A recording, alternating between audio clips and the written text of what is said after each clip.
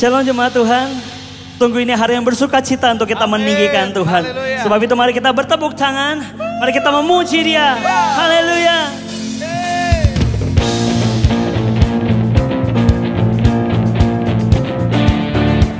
Amin. Sebab Yesuslah sukacita kita.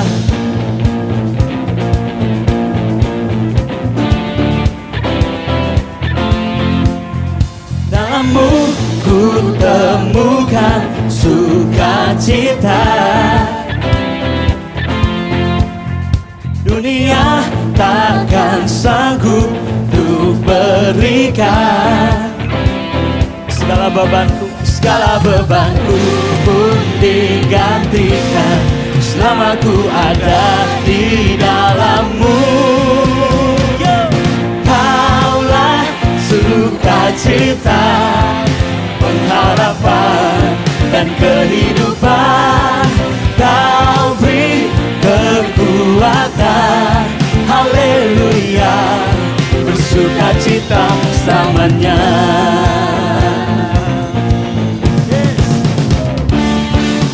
Kau ada mendampingi, Kau ada mendampingi setiap langkahku. Berikan kekuatan dengan roh-Mu. Oh janjimu yang telah menuliskan, Ku punya rancangan yang indah. Mari nyanyikan, come on. Kaulah sukacita, pengharapan dan kehidupan. Kau beri kekuatan, haleluya, haleluya. Kaulah sukacita, pengharapan dan kehidupan. Kau beri kekuatan, haleluya, bersukacita selamanya.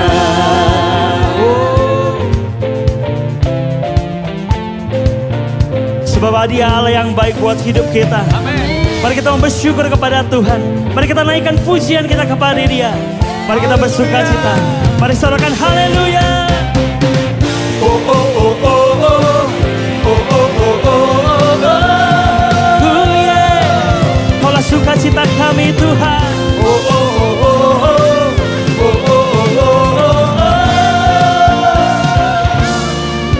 Kaulah sukacita. Mari kita beri tepuk tangan buat Tuhan. Harapan dan kehidupan. Amin. Kau beri kekuatan, haleluya, bersukacita, haleluya, bersukacita. Kaulah sukacita, pengharapan dan kehidupan. Kau beri kekuatan, haleluya. Mari jemaat Tuhan angkat tanganmu, bersukacita. Kaulah sukacita, pengharapan dan kehidupan. Kau beri kekuatan, haleluya, bersukacita, haleluya, bersukacita selamanya. Yeah. Mari kita bersorak, bertepuk tangan buat Allah kita yang baik. Haleluya.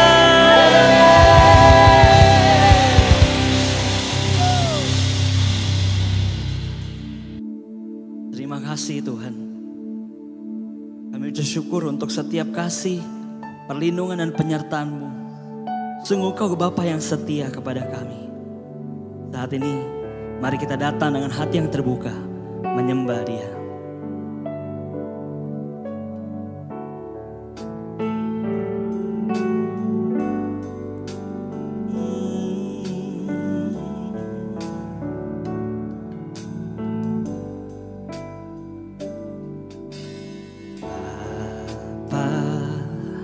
Kau setia, Bapa, Kau mulia.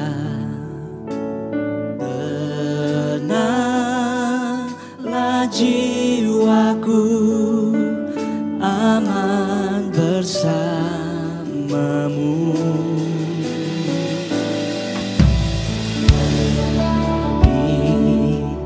Dari harta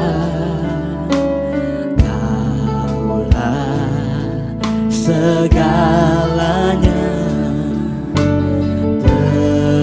Tenanglah jiwaku dalam hadirat-Mu.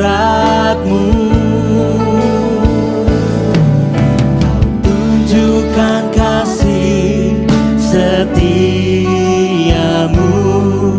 Kau menyediakan yang ku perlu. Kau setia, Kau mulia, dulu, sekarang, dan selamanya. Kau tunjukkan kasih setia-Mu, Kau menyediakan yang ku perlu. Kau setia, Kau mulia, Bapa, Kau setia. Ya benar Tuhan, sungguh kesetiaan-Mu kepada kami. Lebih dari harta, Kaulah segalanya, segalanya.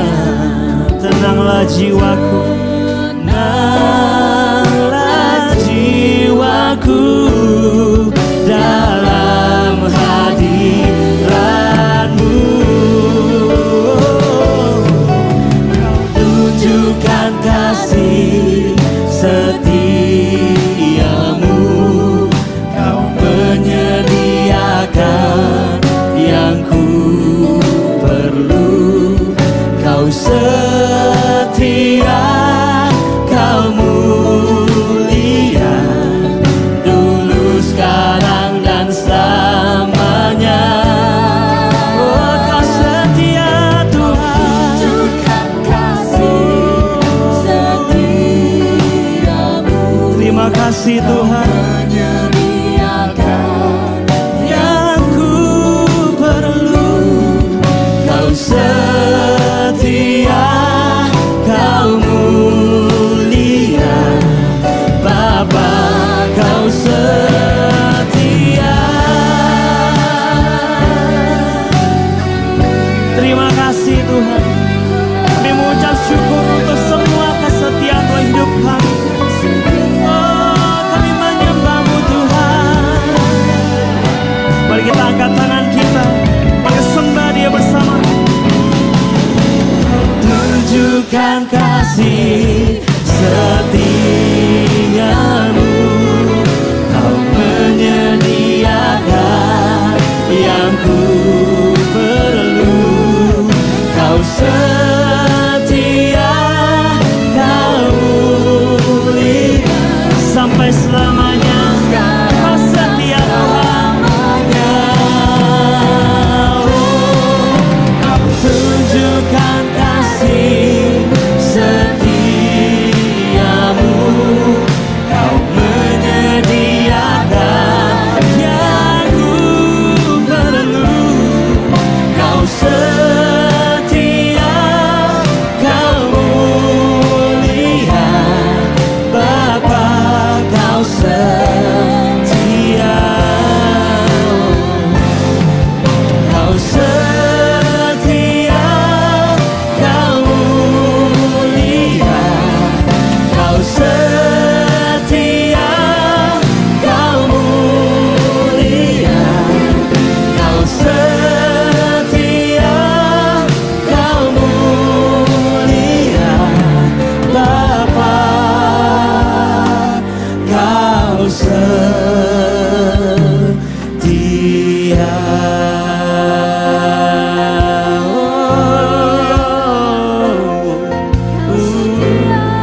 Amin. Setia Tuhan, setia kepadaku. Oh, kami mengucap syukur untuk kasih-Mu yang besar, setiamu kepada kami Tuhan. Oh, sungguh ku bersyukur. Kau-Allah menyertai-Ku, Kau-Allah mengasihi-Ku.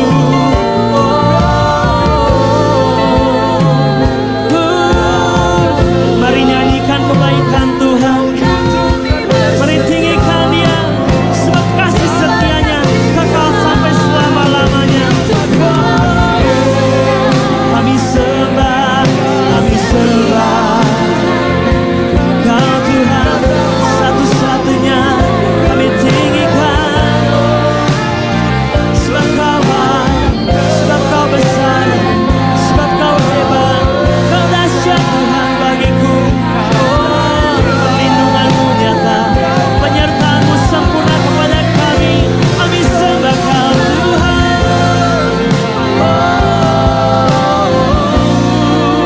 Terima kasih dari hatiku kepadamu. Haleluya. Oh Tuhan, Kau setia. Haleluya, haleluya. Amin. Kau hadir tengah-tengah kami Tuhan. Saat hati kami berseru kepada nama-Mu, Kau hadir Tuhan. Kau ada di tengah-tengah kami saat ini. Berfirmanlah, berbicaralah di tengah-tengah kami. Sebab di dalam hadirat-Mu hari ini kami haus akan Engkau Tuhan. Kami ingin mendengar suara-Mu Tuhan. Oh. Yes Lord. Pagi hari firman-Nya berkata di tengah-tengah kita. Hanya pada Allah saja kiranya aku tenang, sebab daripadanya lah harapanku. Hanya Dialah gunung batuku dan keselamatanku. Dia kota bentengku dan aku tidak akan goyah. Pada Allah ada keselamatanku dan kemuliaanku. Dialah gunung batu kekuatanku, tempat perlindunganku. Ialah Allah. Tempat perlindungan kita hanyalah kepada Allah. Dialah harapan kita, Dialah kemenangan kita, Dialah kota benteng kita. Tak perlu kita takut dan khawatir, sebab kita punya Allah yang besar. Oh, ku percaya, kota bentengku, perlindunganku, hanya Kau Allah, hanya Kau Tuhan. Oh, Kau tunjukkan kasih setiamu kepada kami. Kau menyediakan segalanya. Kau tunjukkan kasih setiamu. Nyanyikan dengan iman kita. Oh Yesus, yang ku perlu. Kau setia, Kau mulia, dulu, sekarang, dan selamanya. Ya benar Tuhan. Tunjukkan kasih setiamu. Kau menyediakan yang ku perlu. Kau setia, Kau mulia, Bapa, Kau setia. Kau setia,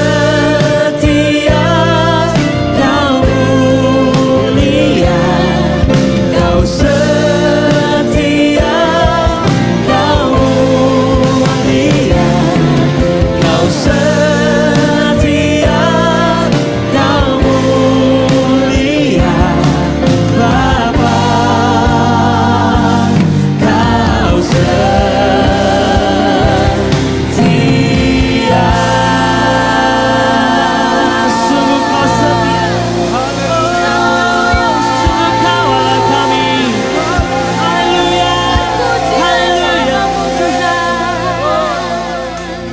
Sembah kami, pujian kami hanya bagi Engkau Tuhan. Terima kasih untuk kekuatan yang baru, iman yang baru.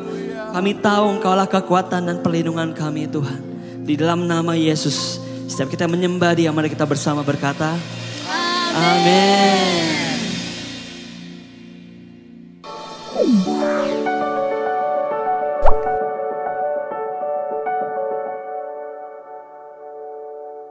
Shalom jemaat yang Tuhan kasihi, saya senang kembali lagi boleh menyampaikan firman Tuhan kepada saudara. Nah saudara, minggu lalu kita sudah belajar bagaimana kita hidup tegar di masa yang sukar. Bagaimana caranya? Kita belajar dalam kitab Yudas, ada 5 poin untuk hidup tegar di masa sukar. Dan poin yang pertama hari ini akan kita perdalam saudara, yaitu bagaimana kita membangun diri kita di atas iman yang paling kudus. Apakah artinya? Dan bagaimanakah caranya kita membangun diri kita di atas iman yang paling kudus itu? Nah, pertama kita akan lihat apa artinya iman yang paling kudus itu. Dari konteksnya kita dapat melihat Yudas pasal 1 ayat 3 sampai ayat yang keempat. Dikatakan demikian, saudara-saudaraku yang kekasih, sementara aku bersungguh-sungguh berusaha menulis kepada kamu tentang keselamatan kita bersama, aku merasa terdorong untuk menulis ini kepada kamu dan menasihati kamu, supaya kamu tetap berjuang untuk mempertahankan iman yang telah disampaikan kepada orang-orang kudus. Jadi, iman yang dimaksud adalah iman yang telah disampaikan kepada orang-orang kudus. Artinya apa saudara? Artinya ini adalah iman atau kepercayaan yang diterima oleh orang kudus karena mendengarkan pengajaran Yesus yang dilanjutkan oleh rasul-rasul saudara. Jadi pengajaran Yesus dan rasul-rasul itu adalah saudaraku yang menghasilkan iman yang menyelamatkan kita. Jadi kita harus berita yang benar ini lewat pengajaran Yesus yang dilanjutkan oleh rasul-rasul, atau boleh disebut pengajaran rasul-rasul. Nah, tentang apakah hal itu saudara? Ya, dan ada banyak sekali saudara. Yang pertama misalnya tentang siapakah Allah itu? Allah kita adalah Allah Tritunggal. Ya, satu tetapi saudaraku 3 pribadi. Satu substansi tapi 3 pribadi. Nah, siapakah Yesus Kristus itu? Ya, ini berbicara tentang kristologi. Ya, Kristus itu adalah manusia 100%, tapi sekaligus Allah 100%. Ya, dan kita juga belajar saudaraku tentang pneumatologi. Artinya saudaraku, siapakah Roh Kudus itu? Roh Kudus adalah pribadi. Dan dia adalah Allah sendiri, saudara. Dan dia bukan tenaga atau bukan sesuatu. Dia adalah seorang pribadi.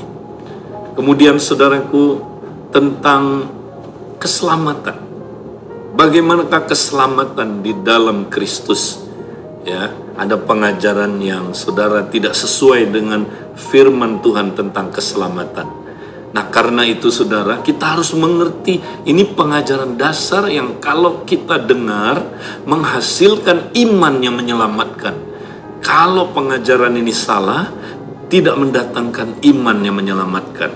Ya, tapi itu dari pengajaran sesat. Karena itu kita hati-hati dengan pengajaran sesat, saudara. Nah, kemudian saudara, kita akan lihat selanjutnya. Di dalam saudaraku Yudas pasal 1, Yudas melawan pengajaran yang saudaraku menyalahgunakan kasih karunia. Nah, kita akan lihat di sini mereka punya konsep keselamatan yang keliru, yang salah, atau bahkan dianggap sesat. Ya, dikatakan dalam ayat 4, sebab ternyata ada orang tertentu yang telah masuk menyelinap, menyusup di tengah-tengah kamu, yaitu orang-orang yang telah lama ditentukan untuk dihukum. Mereka adalah orang-orang yang fasik, yang menyalahgunakan kasih karunia Allah kita untuk melampiaskan nafsu mereka, dan yang menyangkal satu-satunya penguasa dan Tuhan kita, Kristus. Nah, saudara, ternyata sudah masuk ke dalam jemaat di Kreta, pengajar-pengajar sesat yang berasal dari orang Yahudi, saudaraku, menyangkal Yesus adalah Tuhan atau penguasa satu-satunya. Nah, ini bahaya, saudara. Mereka melihat Yesus bukan sebagai Tuhan, penguasa satu-satunya hidup mereka, tapi mungkin hanya sekedar penyelamat, ya, mungkin sekedar hanya penolong. Saudara, mereka katanya mengenal Allah, tetapi kalau saudara baca, mereka, saudara, tidak mempunyai buah-buah kekudusan dalam hidupnya. Ya, mereka kalau dilihat, saudaraku, tidak mengalami pengudusan dalam hidupnya. Dan ini, saudaraku, juga ada di zaman modern kita. Ya, kita harus hati-hati dengan pengajaran yang, saudaraku, menekankan kasih karunia, tetapi, saudaraku, mereka anti melakukan disiplin-disiplin rohani. Ya, ada ajaran yang begitu ekstrim, ya, kasih karunia, sampai mereka meniadakan perbuatan disiplin-disiplin rohani. Karena disiplin-disiplin rohani dianggap apa? Itu hanya hukum Taurat. Ya, itu tidak perlu lagi. Kan kita sekali dikuduskan untuk selamanya, maka kita nggak perlu lagi, ya, hidup berjuang untuk hidup kudus. Kenapa? Karena kita sudah dikuduskan sekali untuk selamanya. Memang betul, saudara, kita dikuduskan sekali untuk selamanya, tapi itu secara posisional, secara posisi, secara kenyataannya kita masih perlu mempraktekkan disiplin-disiplin rohani. Dan ini pengajaran yang sangat berbahaya, saudara. Ini yang disebut, saudaraku, antinomianisme. Artinya anti mempraktekkan hukum Taurat. Jadi ada orang berpikir karena kita hidup dalam kasih karunia, kita nggak perlu hukum Taurat lagi. Betul, saudara, kita dibebaskan dari hukum Taurat. Dalam arti kata, kita nggak bisa hidup kudus dan diselamatkan karena mentaati hukum Taurat. Tapi bukan berarti, saudara, kita tidak perlu hukum Taurat lagi. Ya, justru dengan kasih karunia Allah, kita mampu mentaati hukum Taurat. Tapi bukan dengan kekuatan kita, dengan kekuatan Kristus dalam diri kita. Nah, jadi ada kesalahpahaman tentang kasih karunia, saudara. Nah, karena itu, saudara, kita perlu belajar, ya, bagaimana mengerti kasih karunia yang benar dalam kaitan dengan keselamatan. Nah, kita sama-sama, saudaraku, akan melihat lebih jelas lagi. Saudara dapat melihat ini di dalam, saudaraku, ya, Titus pasal yang pertama, ayat yang ke-11 sampai dengan ayat yang ke-15. Nah, kalau kita melihat di sini, saudara, ayat 11, kasih karunia Allah yang menyelamatkan semua manusia itu sudah nyata. Jadi Titus pasal 2 ayat 11, ya, katanya kasih karunia Allah yang menyelamatkan semua manusia sudah nyata. Jadi Tuhan sudah memberi keselamatannya dengan cara kita dibenarkan karena kita percaya. Benar, saudara, kita telah menerima pembenaran. Kasih karunia membenarkan kita. Tapi jangan lupa, saudara, kasih karunia bukan hanya membenarkan kita, tapi ayat yang ke-12, ia di sini kasih karunia mendidik kita supaya kita meninggalkan kefasikan dan keinginan-keinginan duniawi, dan supaya kita hidup bijaksana, adil, beribadah di dalam dunia sekarang ini. Kasih karunia ternyata bukan hanya membenarkan kita, tapi dia mendidik kita. Nah, kata mendidik di sini, saudara, dalam bahasa aslinya adalah mendisiplin, seperti seorang ayah mendisiplin anaknya, dilatih dengan disiplin-disiplin, saudara. Artinya berkaitan dengan apa, saudara? Adanya keharusan-keharusan, ya. Nah, saudara, bukan berarti harus itu selalu berkaitan dengan hukum Taurat. Karena pengajaran hyper grace berkata segala sesuatu yang harus itu adalah hukum Taurat, itu bukan kasih karunia. Enggak, saudara, ya, justru kasih karunia mendisiplin kita, ya, melatih kita, ya, dengan disiplin supaya kita meninggalkan dosa, meninggalkan kejahatan dan hidup kudus, ya, hidup beribadah di dunia yang sekarang ini. Bukan nanti tunggu kita meninggal, bukan. Ya, ada orang berpikir, oh nanti hidup kudus di surga baru mungkin. Tidak, saudara. Di dunia ini kita bisa hidup kudus. Di dunia ini kita bisa lepas dari dosa-dosa. Karena kalau saudara baca ayat 14, sebab dikatakan di sana, saudara, yang membebaskan kita dari segala kejahatan. Berapa kejahatan? Segala kejahatan. Dan untuk menguduskan bagi dirinya suatu umat kepunyaannya yang rajin berbuat baik.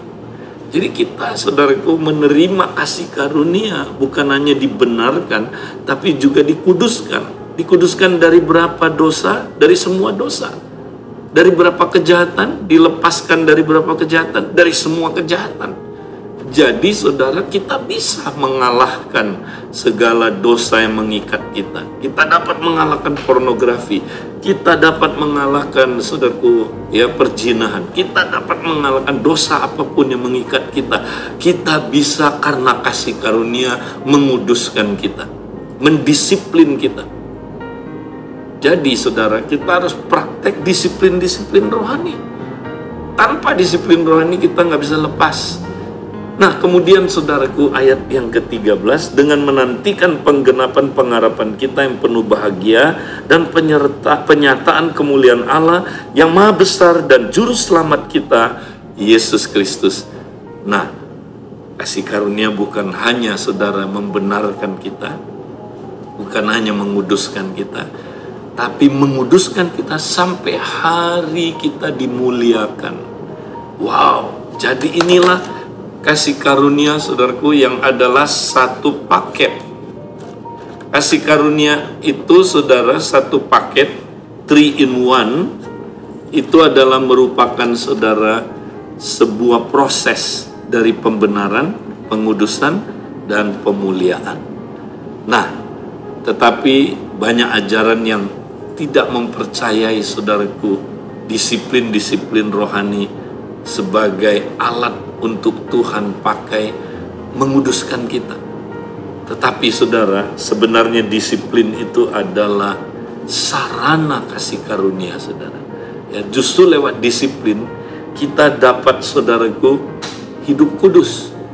Lewat disiplin rohani kita dapat, saudaraku, mengalami perubahan hidup, lepas dari ikatan-ikatan dosa, lepas dari kuasa-kuasa yang mengikat kita, saudara. Ini luar biasa. Nah, saya kasih ilustrasi, saudara. Kasih karunia itu adalah seperti, saudaraku, ya, ini apa? Ini adalah chocolate milk, ya, saudaraku. Ini adalah sebuah minuman. Minuman kotak ini, saudara, ya, istilahnya kalau saya umpamakan adalah kasih karunia. Ya, saudara mau terima kasih karunia ini? Gratis, saya belikan buat saudara. Saudara nggak usah bayar, saya yang bayar. Nah, saudara terima, ya, sebagai kasih karunia. Tapi saudara nggak bisa menerima, ya, coklat susu ini kalau saudara nggak punya apa? Nggak punya pipet, nggak punya sedotan, ya, straw-nya. Nah, luar biasanya gini, waktu saya beli ini, saudara, ya, bukan hanya saya beli apa? Coklat susunya, tapi berikut, ya, pipetnya. Nah, pipet ini apa? Pipet ini, saudara, adalah sarana untuk saudara bisa menerima susu ini, susu coklat ini. Ya, ini disebutnya sarana kasih karunia, saudara. Jadi Tuhan sudah memberikan kita satu paket kasih karunia itu, ya, bukan hanya apa isinya sudah diberikan, tapi sarananya, saudaraku, juga diberikan. Nah, sarananya ini adalah disiplin-disiplin rohani. Saudara, jadi Yesus udah bayar harga memberikan kita kemampuan untuk mempraktekkan disiplin rohani. Jadi kalau saudara tidak mau praktek disiplin rohani, berarti kasih karunia apa yang saudara terima? Jangan-jangan itu bukan kasih karunia. Saudara, ini penting sekali, saudara. Nah, kita lihat singkat saja. Salah satu sarana kasih karunia yang kita mesti praktekkan, saudara, adalah kasih karunia adalah, saudaraku, disiplin bersekutu. John Wesley mengatakan, saudaraku, kalau kita mau hidup bertumbuh dalam kasih karunia, di mana kita dikuduskan terus hari demi hari, kita harus gunakan sarana kasih karunia-Nya adalah bersekutu. Karena kita hidup dalam tubuh. Perhatikan, saudara, kalau kita nggak hidup di dalam persekutuan dengan tubuh, kita nggak mungkin menerima impartasi kehidupan. Contoh, tangan saya, saudara. Tangan saya ini terdiri dari apa, saudara? Ini telapak tangan dan semua tangan saya. Ini adalah seperti sel grup, saudara. Kalau kita nggak ada di dalam komsel, saudara, bagaimana kita menerima darah itu mengalir, mengimpartasi kehidupan dan menyucikan kita dari segala racun-racun tubuh kita? Nggak bisa, karena kita nggak bersekutu. Jadi persekutuan adalah sarana kasih karunia mengalir, saudara, mengimpartasi kehidupan, menyucikan kita dari segala kejahatan. Nah, saudara, ada 3 persekutuan, kata John Wesley, yang harus dijalankan oleh orang Kristen. Satu dia sebut society, itu adalah persekutuan dengan gereja lokal. Kalau saya percaya ini adalah equipping, karena tiap kali kita mesti dengar pengajaran-pengajaran yang mengequip kita, saudara, di gereja lokal. Nah, yang kedua, saudara, John Wesley percaya persekutuan yang kedua yang tidak kalah pentingnya adalah kelas. Kelas pada waktu itu adalah 10-15 orang. Kalau zaman sekarang disebutnya komsel, entah apalah sebutannya, 10-15 orang. Dan kita bersekutu di situ, kita menerima impartasi kehidupan Kristus, saudara. Dan nggak cukup. Lihat tangan saya, saudara. Tangan saya bukan cuma perlu bersekutu dengan palm saya ini, tangan saya ini, tapi juga setiap jari 2-3 mereka 2-3 ruas ini saling bersekutu, saudara. Ini apa, saudara? Ini kompak atau hafruta, 2-3 orang bersekutu. Nah, ini penting, saudara. Lewat persekutuan ini terjadi transfer kehidupan. Di situ iman Kristus, saudara, dapat diimpartasikan kepada kita, saudara. Jadi saya dorong saudara untuk setia lihat persekutuan ini sebagai disiplin rohani, adalah sesuatu yang kita mesti praktekkan secara rutin dan dengan disiplin, dengan tekun. Ada orang ngelihat persekutuan sebagai kalau saya ada waktu saya bersekutu nggak apa-apa, kalau nggak bersekutu nggak apa-apa. Oh, itu sudah salah, saudaraku. Itu udah keliru dia. Jadi, saudara, yang pertama kita perlu sungguh-sungguh, saudara, hidup di dalam iman, hidup bangun diri kita di atas iman yang paling kudus, yaitu di dalam pengajaran yang benar. Puji Tuhan. Nah, yang kedua, saudaraku, kita akan lihat bagaimana caranya, saudara, kita boleh, saudara, membangun diri kita di atas iman yang paling kudus. Yang kedua, kita akan lihat bagaimana cara kita membangunnya, saudara. Nah, saya percaya, saudara, kata membangun di sini bisa diaplikasikan kepada pribadi, tapi juga komunitas di mana saling membangun. Nah, ketika kita saling membangun, saudara, maka kita akan dikuatkan di masa yang sukar ini, saudara. Saudara, masa yang sukar ini kita perlu berfellowship, bersekutu, saling membangun, saling menguatkan saudara kita dengan, saudaraku, firman Tuhan, yaitu yang sesuai dengan pengajaran Yesus dan rasul-rasul. Dan kita akan saling menguatkan dengan ini. Kalau iman kita benar, saudara, kita akan bisa menghadapi masa sukar ini, saudara. Kalau iman kita, iman seperti yang sudah diterima, diajarkan ya oleh Yesus dan rasul-rasul, maka iman sejati ini saudara akan tidak tergoncangkan. Ya, kita tidak akan takut menghadapi apapun. Saya percaya saudara akan diberkati Tuhan. Ketika kita saudaraku ya saling membangun, saling terbuka, ya saling mengaku dosa, kita hidup dalam terang, kita beroleh persekutuan seorang akan yang lain, dan darah Yesus menyucikan kita dari segala dosa dan kejahatan kita. Tuhan memberikan saudara kekuatan. Haleluya. Mari kita praktekkan prinsip ini.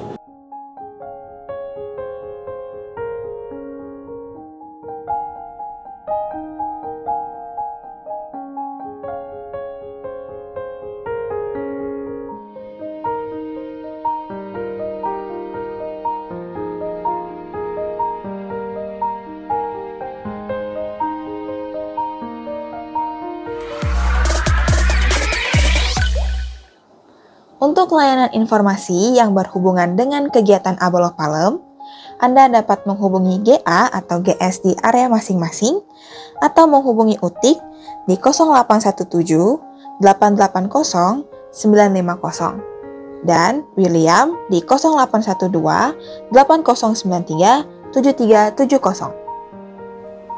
Sehubungan dengan pandemi COVID-19 yang sedang berkembang, Abeloh Palem mengambil tindakan dengan melakukan penyemprotan disinfektan di seluruh ruangan gereja. Hal ini merupakan upaya gereja untuk menetralisir dan menjaga kebersihan gedung serta fasilitas gereja dari virus-virus yang ada. Mari Bapak Ibu Saudara, kita terima berkat dari Tuhan. Kita angkat kedua tangan kita, terimalah berkat. Ketika engkau menjalankan firman Tuhan sungguh-sungguh, Allah akan membuka tingkap-tingkap langit, akan memberkati keluargamu dan seluruh teman-temanmu. Ketika engkau berjalan di dalam firman Tuhan, engkau akan diberkati, dilindungi, dan dijagai. Terimalah berkat ini dalam nama Bapa, Putra, dan Roh Kudus. Amin.